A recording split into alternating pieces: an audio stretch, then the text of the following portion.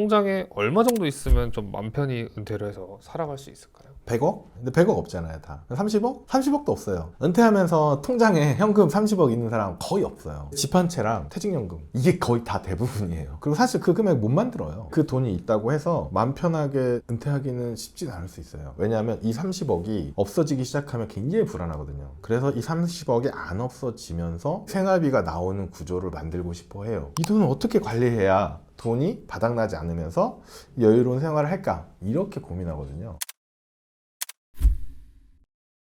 그런 얘기들이 많죠. 1억을 모으고 나서 시작해라. 종잣돈 5천만 원부터 모아라. 그 말이 틀렸다고 생각해. 1억을 어떻게 모으냐고요? 허리띠 졸라매서 모아라 이런 얘기가 있는데 좀 비현실적인 얘기가 아닐까. 허리띠 조르는 건 좋아요. 근데 그게 지속 가능하진 않거든요. 너무 힘들 거니까. 그리고 그 기간 동안 절약만 하면서 사는 게 맞나? 그 기간 동안 투자를 했으면 5년의 경험이 쌓이잖아요. 그 기간이 10년이면 10년의 투자 기간을 버려야 되는 거잖아요. 그래서 100만 원만 있어도 전 투자해야 된다고 생각해요. 물론 100만 원 가지고 부동산 투자하긴 좀 어렵죠. 여러 가지 투자 방법이 있기 때문에 소액으로도 가능한 투자 방법들을 찾아서 시작을 해야 돼요. 시작을 해야 더 공부가 돼요. 예금을 하면서 공부를 하는 건 안 될까요? 왜냐면은 몰라서 하다가 이름은 어떡하나 이런 생각도 들어요. 얼마 전에 은퇴하신 분이 계신데 퇴직금이랑 명퇴금이랑 해서 몇 억이 계좌로 들어왔어요. 손이 떨린대요. 손 떨리죠. 가슴 두근두근해요. 실제로 처음 하는 분들은. 근데 어떤 분은 몇백만 원인데 가슴 쿵쾅거린대요. 뭐 잘못할까봐. 그런데 그게 경험을 해봐야 되는 거잖아요. 경험 안 하면 절대 알 수 없어요.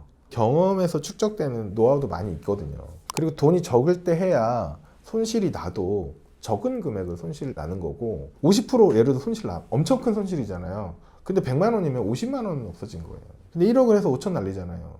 연봉이 날아가는데 다리 뻗고 잠을 잘 수가 없어요. 그래서 투자도 미리미리 해야 되고 아무 공부 없이 투자를 하는 건 불가능하죠. 근데 그 공부를 5년 동안 예금하고 5년 동안 공부할래? 이러면 공부 안 해요. 공부 1년 충분해요. 어떤 책을 접하고 어떤 사람한테 배우느냐에 따라서 다르긴 하지만 나 5년 동안 저축해서 종잣돈 만들고 5년 동안 공부할래 하면 5년 동안 그 사람 공부 안 해요. 닥쳐야 하죠. 닥쳐야. 생전 안 했는데 갑자기 하라고 하면 아 내가 공부해서 해야지. 책 사놓고 안 봐요. 뭐 미국 성장주 투자 따라잡기 뭐 이런 책 보시고 투자를 하시는 것도 있는데 저는 잘못됐다고 생각하지 않아요. 그건. 그래서 투자의 정답은 없어요. 정답은 없는데 위험을 컨트롤할 수 있어야 된다. 너무 위험한 건 컨트롤이 안 되기 때문에 조심을 해야 되고 경험이 굉장히 중요하고 공부를 하려면 사실 돈이 들어가 있어야 돼요. 그것만큼 큰 공부가 없어요. 작가님도 그러면 그렇게 손실을 보신 적이 있으신가요? 많죠. 금액으로 1억 넘죠. 근데 저는 그거 팔진 않아요. 말씀드렸던 것처럼 리밸런싱으로 대응하죠. 그러면 벌 때 그만큼 벌기도 해요. 그럼 손실 난 게 상쇄되기도 하고. 금액의 크기가 중요한 게 아니에요. 나중에는 이제 수익률을 보게 되고 변동성을 보게 돼요. 투자 근육이 강화가 되면 그런 게 괜찮아져요.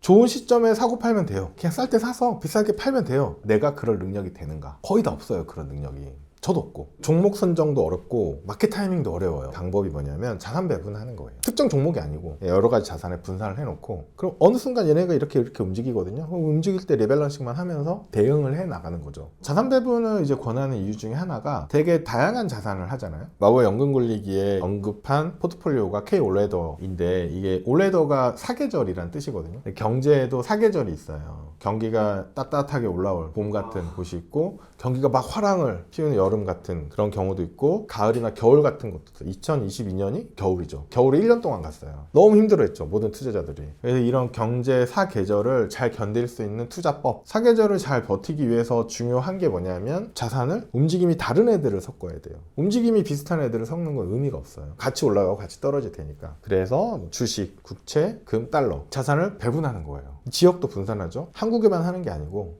미국 같은 선진국이나 여러 나라에 분산을 지역 분산도 하고 통화 분산 원화로 기본적으로 돼 있지만 달러 자산을 가져가요. 그래서 이렇게 세 가지 분산을 통해서 자산을 분산하는 거를 이제 K-올레더라고 해서 설명을 드린 거죠. 코인이나 개별 주식 투자를 하고 싶다면 어떻게 하는 게 좋을까요? 계좌를 분할하는 거예요. 이걸 핵심 이성 전략이라고 하거든요. 핵심 자산은 자산 배분으로 안정적으로 운영하고 지구 옆에 달이 있듯이 위성 전략을 가져가는 거예요. 계좌를 따로 만들어서 여기서는 미국 주식 투자하고 계좌를 따로 만들어서 여기서는 코인 하기도 하고. 근데 여기 돈이 섞이면 안 되겠죠. 얘는 안정적으로 가야 돼. 1000만 원이 있다고 하면 900만 원을 자산 배분하는 거예요. 근데 여기서 예를 들어 10% 수익이 나면 1년 후에 990만 원 되죠. 손해는 안 봐요. 그러면 900만 원만 투자했으니까 100만 원이 남잖아요. 50만 원은 개별주, 50만 원은 코인. 하라는 거죠. 이게 다 날려도 1,000만 원이잖아요. 내년에 난 또 할 수 있어요. 그리고 만약에 이렇게 했는데 코인이 대박이 났어. 그러면 다시 계산하면 되죠. 이런 식으로 접근하는 방법이 있어요. 그러면 전체적인 자산 관점에서 덜 위험하고 또 해보고 싶은 투자 해볼 수 있죠. 근데 이게 내가 6개월, 1년 했는데 코인이나 개별 쪽 엄청 수익이 좋아. 그래서